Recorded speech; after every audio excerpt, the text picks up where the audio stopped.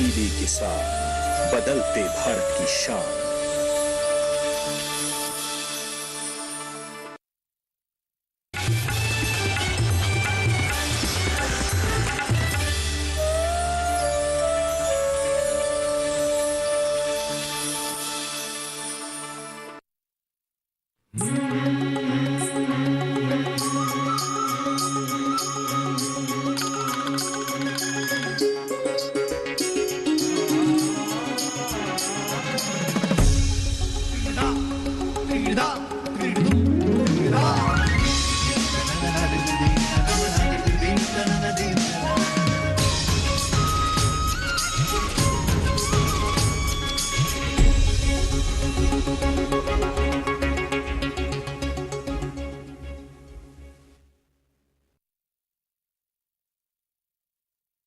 प्रकृति के उपहारों का आओ हम सम्मान करें, अपने जीवन का प्रकृति से पहचान धरे। सुकुमार प्रकृति की कोमलता में न भौतिकता का अवसाद भरे, नव विकास की नव चेतना लेकर संग प्रकृति उन्नति की उड़ान भरे। झारखंड देश के उन राज्यों में है जिसकी प्राकृतिक बनावट लोगों के सौंदर्य बोध को बढ़ाता है। यहाँ की सांस्कृतिक और आध्यात्मिक ज्ञान जीवन के दर्शन को बयां करता है। वनों, पहाड़ों, नदी, झरनों का यह प्रदेश अकुत खनिज संपदा के लिए विश्व प्रख्यात है। ये कृषि के क्षेत्र में न केवल अपनी एक नई पहचान बनाने में कामयाब रहा है, बल्कि काफी लंबे समय से तसर का उत्पादन कर रहे झारखंड को देश और दुनिया में स्थापित किया है। चूंकि झारखंड वनों की भूमि है, इसलिए यहाँ रेशम कीट पालन के लिए अनुकूल वातावरण और व्यवस्था भी मौजूद है। यही कारण है कि तसर उत्पादन में झारखंड देश में पहला और विश्व में दूसरे स्थान पे आता है। तुम्हारी बातों से लग रहा है कि तुम तसर के बारे में जानकारी देने वाली हो। बिल्कुल सही। कहीं तुम सारंडा वन की बात तो नहीं कर रही हो? हाँ, तुम सही समझी। हम उसी रास्ते पर हैं। रांची से करीब 60 किलोमीटर के बाद एशिया का सबसे बड़ा साल वन क्षेत्र सारंडा शुरू हो जाता है, जो उड़ीसा की सीमा को छूता है। तो एक्साइटेड हो? चलो मैं दिखाऊं तुम्हें वो जंगल।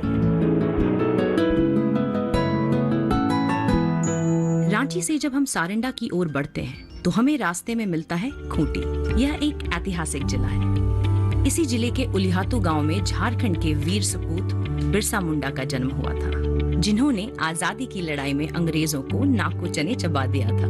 बिरसा एक क्रांतिवीर के साथ साथ समाज सुधारक भी थे।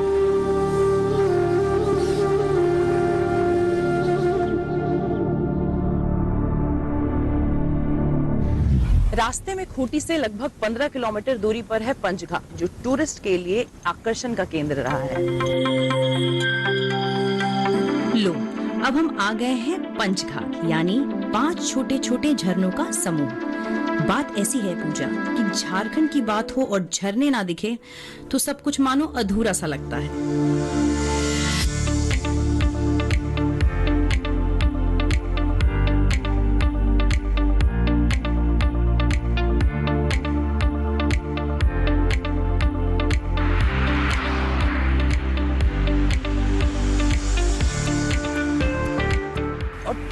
दूर पर है हिरनी फॉल, जो अपने प्राकृतिक सौंदर्य के लिए बहुत प्रसिद्ध है। तो मैं आप लोगों को वहां भी लेकर चलूंगी।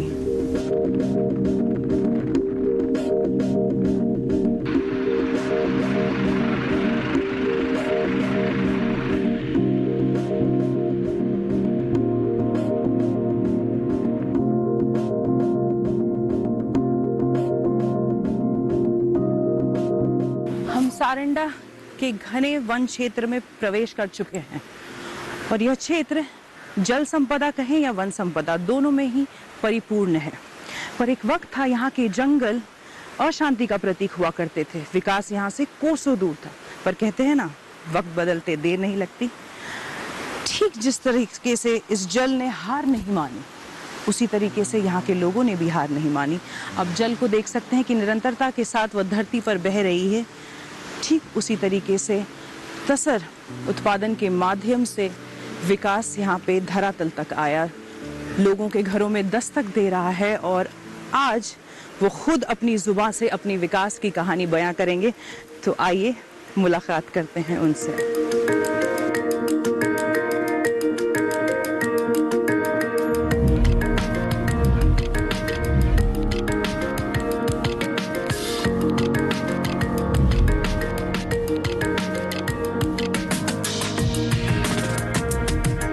अभी हम सारंडा की सीमा में प्रवेश कर चुके हैं। ये करीब 80,000 एकड़ में फैला विशालकाय वन क्षेत्र है। 700 दुर्गम पहाड़ियों वाला यह क्षेत्र अत्यंत रोमांचकारी और अद्भुत नजारों से भरा है। टेढ़े मेढ़े और उबड़ खाबड़ रास्ते जीवन के संघर्ष और उसकी वास्तविकता से हमें रूबरू भी कराते हैं।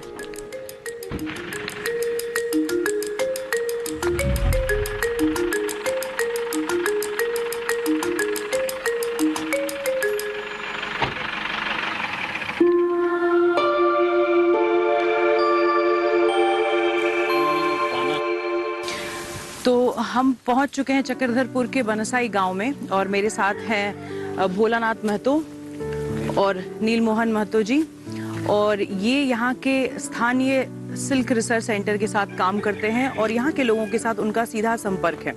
तो मुझे ये गांव के अंदर लेकर जाएंगे और सारे ग्रामीणों से मिलाएंगे जो तसर सिल्क में काम कर रहे हैं और कैसे उनकी जिंदगी में परिवर्तन आया है, हम उनसे बात करके जानेंगे।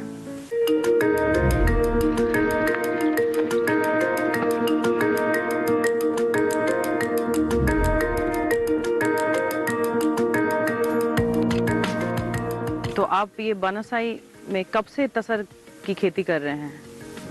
हम लोग परदादा से हम लोग खेती करते आ रहे हैं कि हमारे कार्यकाल में 1994 में हम ट्रेनिंग लिए थे चक्रधरपुर में, साउंडिक धर्मशाला में। 25 दिन का ट्रेनिंग था।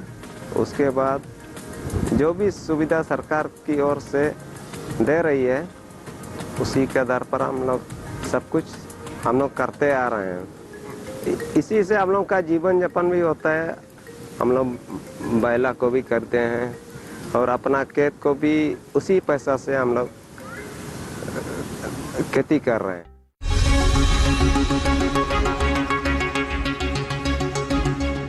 जानेंगे क्या है किसानों का हाल। हम पहुंचेंगे आपके गांव। मिलेगा सरकारी योजनाओं का ज्ञान। जब लगेगी चौपाल, देखिए चौपाल चर्चा सोमवार से शुक्रवार सुबह 9 बजे सिर्फ दूरदर्शन किसान पर।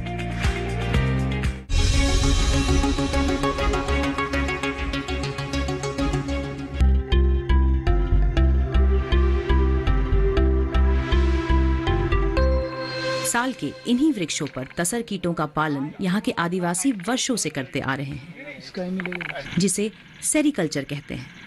रेशम उत्पादन कृषि आधारित कुटीर उद्योग है जो हजारों वर्षों से भारतीय संस्कृति में रचा बसा है।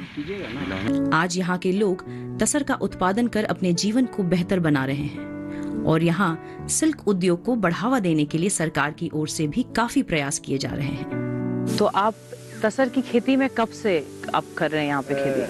तसर की खेती हम लोग पूर्वज से खेती करके आ रहे हैं। पहले तो ये साइंटिफिक जमाना से तो नहीं हो रहा था कि अभी तो ये साइंटिफिक जमाना हो गया। साइंटिफिक जमाना में थोड़ा बहुत बदलाव आ गया और ये बच्चा लोगों को ये प्राइवेट स्कूल में पढ़ाई करा रहे हैं और बच्चे लोगों का भी ये पढ़ाई मजबूत से हो रहा है।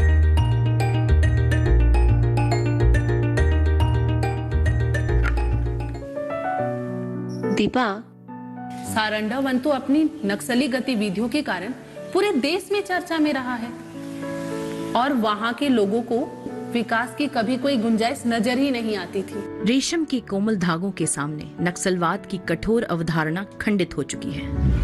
विकास के नए राह प्रशस्त हो रहे हैं। आज यहाँ साल वृक्ष पर सपने पल रहे हैं। उन्नति और विकास की नई इबारत लिखी जा रही है।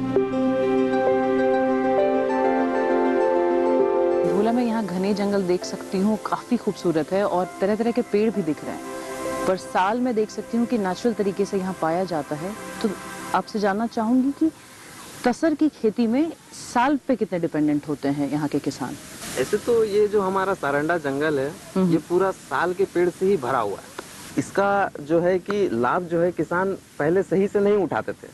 पहले जो है इनको पता नहीं था कि कैसे खेती करना है और कमी थी उनको नॉलेज की। लेकिन अब जो है कि हम लोगों हमारे ऑफिस में जो अग्र परियोजना केंद्र है उनमें जो है कि इनको प्रशिक्षण दिया जाता है और इस प्रशिक्षण पा करके जो है ये लोगों ना बहुत अच्छे तरीके से करने लगे हैं और जो है कि अभी साल में इन लोग जो है कि काफ़ी ज़्यादा करते हैं, क्योंकि इनसे जो होता है कि उनको काफ़ी ज़्यादा मुनाफा भी होता है और इससे जो होता है कि हमारा जो प्रोडक्शन होता है जो सिल्क का वो जो है कि काफ़ी अच्छा साल में जो है कि सबसे बढ़िया हम लोग का कोकून जो है कि वो बनता है।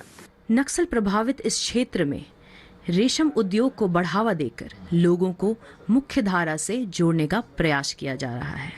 आज यहाँ के युवा और किसान कृषि को उद्यम की तरह ले रहे हैं और उद्यमी किसान बनने की दिशा में अग्रसर हैं। उनके चेहरे पर आत्मविश्वास और खुशी की झलक साफ देखी जा सकती है।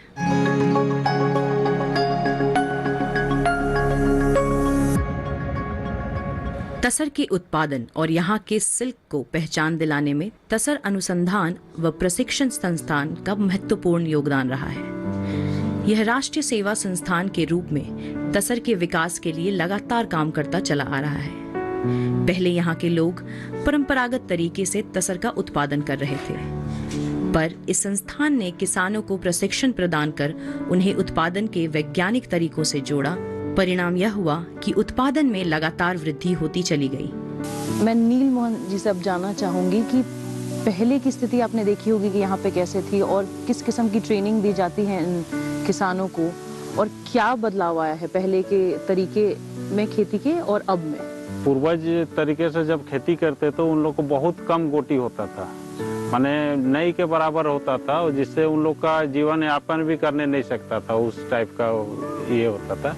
लेकिन अभी वैज्ञानिक तरीके से जो खेती करते हैं इसमें से उन लोग को बहुत ज़्यादा मुनाफा होने लगा है, जिसका और पहले क्या था कि पहले अर्जुन और आसन में ही खेती करता था, उन लोग को जानकारी का अभाव था, इसी में उन लोग खेती करता था। लेकिन अभी क्या है ना, हम लोग अग्र परियोजना केंद्र बंदगांव में ट्रेनिंग दे के किसान लोगों को सिखाए कि साल में भी खेती किया जा सकता है, जिससे कि यहाँ का किसान अभी धान का खेती छोड़ के तसर का खेती करने का सोच कर ये कर रहे हैं।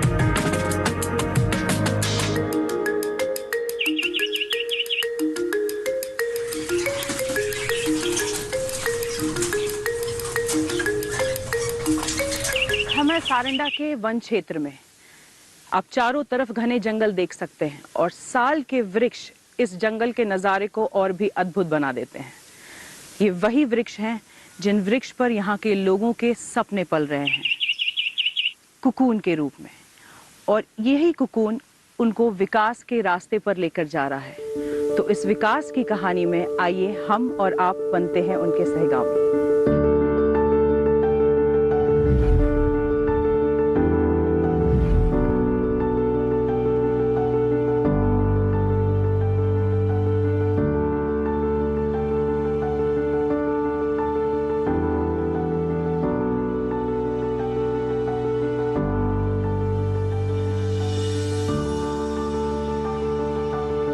रेशम कीट पालन ने जहां लोगों को रोजगार के अवसर प्रदान किए, वहीं पर्यावरण को संरक्षित करने में इसकी महत्वपूर्ण भूमिका रही है।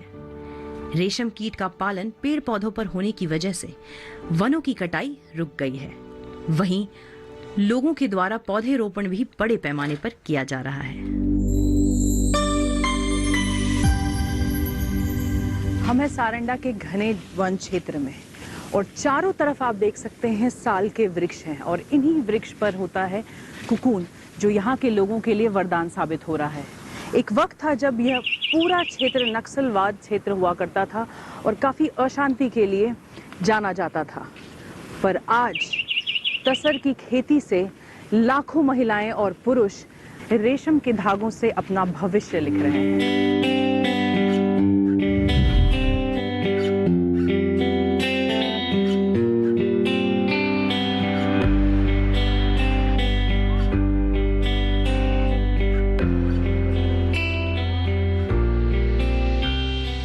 यहाँ के के किसान आज तसर का उत्पादन तो बड़े पैमाने पर कर रहे हैं, पर इनको उतना लाभ नहीं मिल पाता था जितना मिलना चाहिए, क्योंकि किसान कच्चा माल सीधे व्यापारियों को बेच देते थे।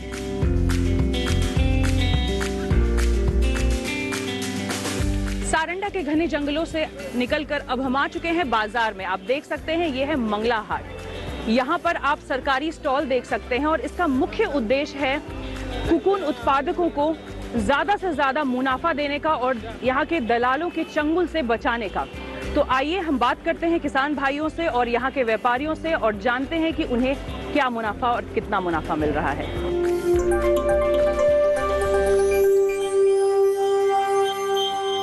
अच्छा दीदी, आप यहाँ कब से कोश बेच रही हैं?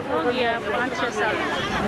और यहीं पे क्यों बेच रही हैं? ये सरकारी स्टॉल है तो आप सरकारी स्टॉल में ही बेच रही हैं। अगर अलग से बेचेगा तो वहाँ ज़्यादा आपको मुनाफा होता है कि यहाँ पे ज़्यादा फायदा हो रहा है? व्यापारी सब ले जाता है, कमती जैसे तैसे पैसा दे देता है, कहीं ज़्यादा दे देता है, कहीं कम दे देता है, और ठका देता है, बोलता है इतना दिए उतना दिए, लेकिन घटे कमती रहता है, कभी ये होता है।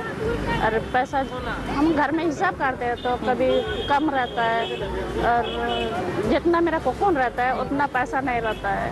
अच्छा, तो यहीं पे आपको फ़ायदा ज़्यादा हो रहा है? और वो सब कमती रेट से लेता है, ज़्यादा रेट नहीं देता है। बाजार में बेचने ऐसे खुले में और सरकारी में क्या फ़र्क पड़ जाता है आपको? व्यापारी को तारा दो कम गोनंग तक कोई दिखवा इंदो आइनेन तसर ऑफिस विभाग रे यार दो पूरे तक सही रेट रगे नामे तना पैसा अच्छा को नडो ये रे सही रेट रे को मानता। तो यानी कि सरकारी यहाँ पे आपको फ़ायदा मिल रहा है ना? और इससे जो फ़ायदा आपको मिल रहा है, इतने पैसे अब बन रहे हैं, तो उसका आप अपनी ज़िंदगी में कैसे इस्तेमाल करती हैं? कहाँ पे? इना इनके कहते हैं होन कोई पढ़ाई रे को तना इनते गाना वारिया परिवार इन चलाए तना।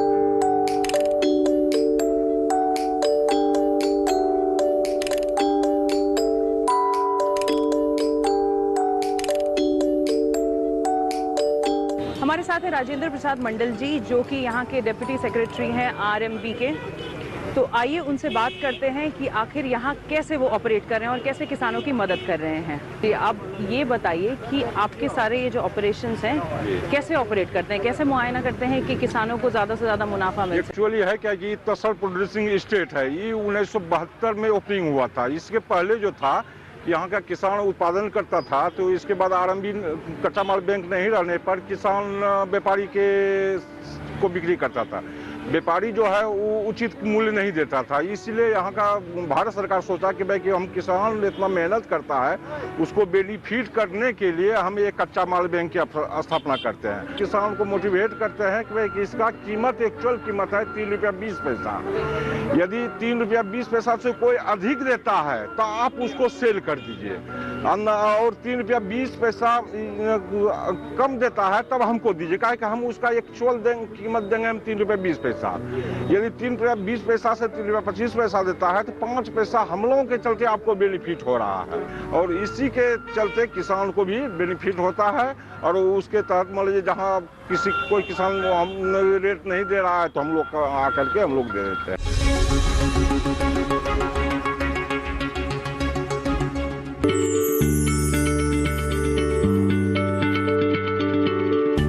क्या आप किसी बीमारी से परेशान हैं? चाहते हैं डॉक्टर की सलाह? तो हम हैं आपके साथ, बताएंगे आपको जीने की राह। समस्याएं आपकी, समाधान देश के मशहूर विशेषज्ञों के। घर बैठे बात करें देश के जाने माने डॉक्टरों से। हमारे लाइव प्रोग्राम स्वस्थ किसान में हर शनिवार शाम 6 बजे से 7 बजे तक।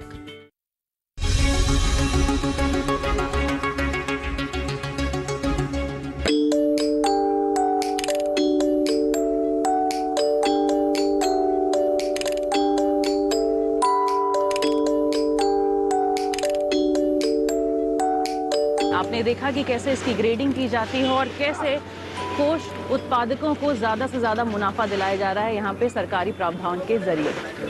तो अब यहाँ से इस कोकून से रेशम के धागे कैसे निकाले जाते हैं और उन किसानों को कैसे फ़ायदा मिल रहा है और उनके लिए सरकारी कौन सी योजनाएं हैं, ये हम जानेंगे अब आगे।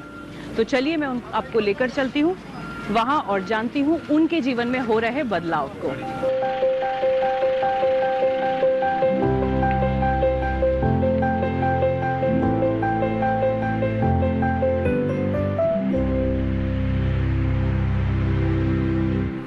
नमस्ते, मैं दीपा हूँ। मैं रांची से आई हूँ और तसर के सिलसिले में जानकारी थोड़ा उपलब्ध कर रही हूँ। तो आपके केंद्र में आई हूँ ताकि आप मुझे कुछ बता सके कि यहाँ पे किसानों की कैसे मदद की जा रही है, जो तसर की खेती करते हैं वो किसान, और क्या क्या प्रोसेसेस होते हैं आपके इस केंद्र में।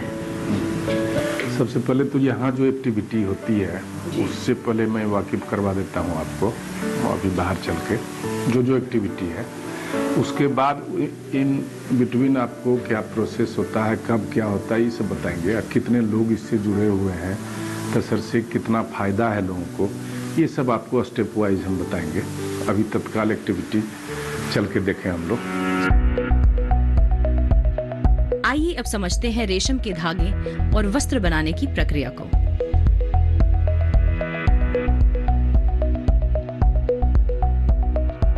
ये हम लोगों का बीजागार, इसको कहते हैं बीजागार गृह। हर एक बीजागार गृह में 1-1 लाख का ककून है टंगा हुआ। 4 बीजागार है हमारे यहाँ, 4 लाख का ककून है।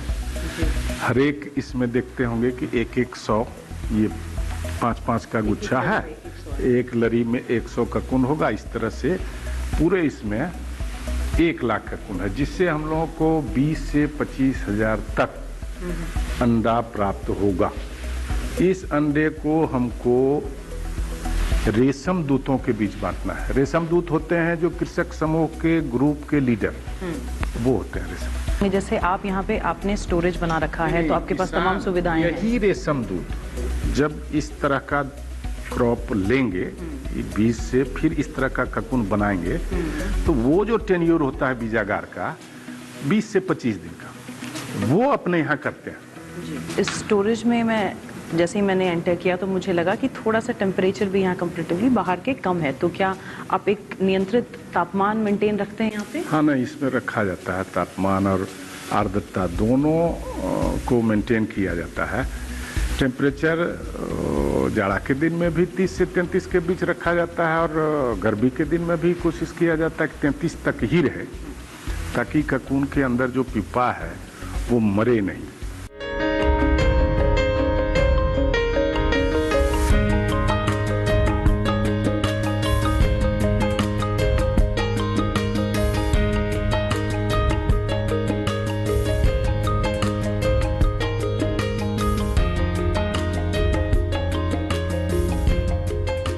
ये सब जो निकलेगा, इसमें धागा जब काटा जाएगा तो मोटा धागा थोड़ा निकलेगा, इसलिए अंडी का चादर, शॉल, बंडी, कुर्ता मोटा वाला, यही सब बनता है इससे।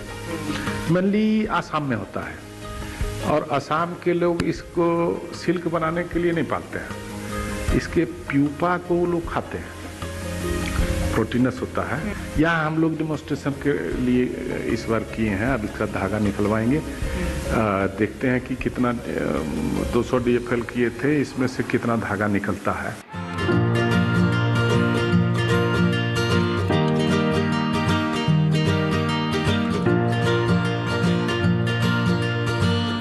यहाँ सिर्फ रेशम कीट का पालन ही नहीं हो रहा, बल्कि इससे यहाँ धागे और वस्त्र भी तैयार किए जा रहे हैं, जिससे यहाँ के लोगों को अधिक से अधिक रोजगार मिल रहा है। झारखंड में वर्तमान समय में करीब 3000 मैट्रिक टन से ज्यादा रेशम का उत्पादन किया जा रहा है और आज लाखों महिलाएं और पुरुष सिल्क के धागे से अपना भविष्य बुन रहे हैं। अब तक रेशम उद्योग ने झारखंड में 2.5 से 3 लाख परिवारों को रोजगार मुहैया कराया है और इस उद्योग में सबसे प्रमुख भूमिका निभाती नजर आएंगी आपको महिलाएं। सूत निकालने से लेकर वस्त्र बनाने तक सबसे अधिक महिलाएं ही हैं। समाज में एक अलग पहचान दिलाई है इस उद्योग ने, महिलाओं को सशक्त बनाया है। तो आइए आज उनकी कहानी जानते हैं उन्हीं की जुबानी।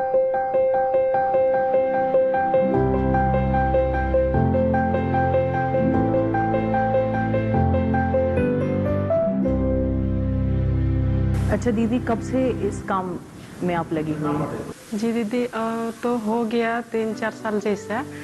तो पहले जो काम करती थी और अभी रेशम के धागे निकालने का काम शुरू किया आपने, तो उसमें क्या फ़र्क हुआ है? आपको ज़्यादा फ़ायदा मिल रहा है या कैसे बदलाव आया है? इससे तो फ़ायदा थोड़ा बहुत होता ही है, और खेती बाड़ी के समय खेती बाड़ी भी करते हैं, और क्या बोलेंगे, खेती बाड़ी जब ख़त्म करते हैं तब धागा में लग जाते हैं। तो कब से जुड़ी हैं दीदी इस काम? हम तो 1 साल हो रहा मैडम ट्रेनिंग करके। पहले हम नहीं किए थे ट्रेनिंग, तो कटिया मशीन जब आया था ना तब हम ट्रेनिंग नहीं किए थे, लेकिन हम उसमें घर में अपने से सीख गए थे चलाने के लिए। और चलाने के बाद फिर एक बार हम धागा भी जमा दे दिए थे, मेरा ट्रेनिंग नहीं तो हुआ नहीं था, तो हम दूसरे के खाता में डलवा दिए थे पैसा और उसको निकाले। जैसे साया खरीदो, ब्लाउज खरीदो, चूड़ी खरीदो, कुछ आने से कैसे लगता है मेरा पास पैसा रहता तो हम ले लेते, ये बात होता है ना। तब हम लोग सोचते कि आज मेरे पास पैसा नहीं, हम नहीं लेंगे, लेकिन जब से हम लोग धागा खोल रहे ना, ये हम लोग को सोचना नहीं पड़ता है। नहीं, हम लोग का गांव का सब महिला खोले थी धागा, तो हम सोचे कि हम भी खोलेंगे। उससे पहले क्या करती थी? पहले कुछ नहीं, घर में थे और खेती बाड़ी करते थे और जंगल जाकर लकड़ी लाते थे और कुछ नहीं। तो उस वक्त कितना कमा लेती थी और अभी कितना कमा रही हैं? खेती बाड़ी में तो कभी कभी होता है, उतना तो नहीं होता है, हर साल नहीं होता है ना, पानी की दिक्कत होता है, थोड़ा बहुत होता है। इसमें ज़्यादा फायदा है? हाँ, ज़्यादा फायदा है। तो हम लोग का मशीन अच्छा से नहीं चलता है ना, नहीं तो इनमें तो अच्छा ही होता है। झारखंडी सिल्क की चमक ने देश और दुनिया में जो रोशनी बिखेरी है, उसका एहसास झारखंड वासियों को गर्व से भर देता है। किसानों और बुनकरों के जीवन में भी आशा की एक नई उम्मीद जगी है। विपन्नता के अंधियारे से निकलकर संपन्नता के उजियारे में प्रवेश कर चुके हैं।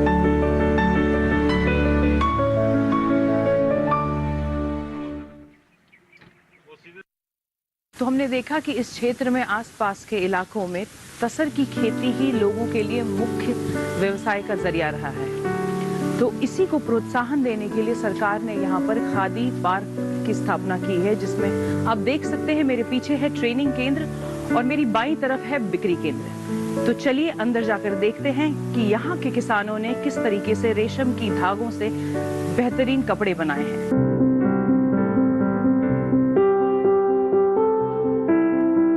सारंडा की सिल्क पूरी तरह से ऑर्गेनिक सिल्क होता है, जिसकी मांग बाजार में काफी है।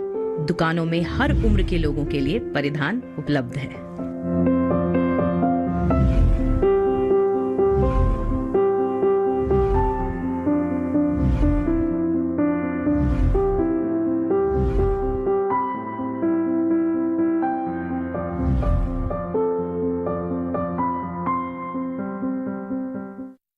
तो आज के सफर में इतना ही।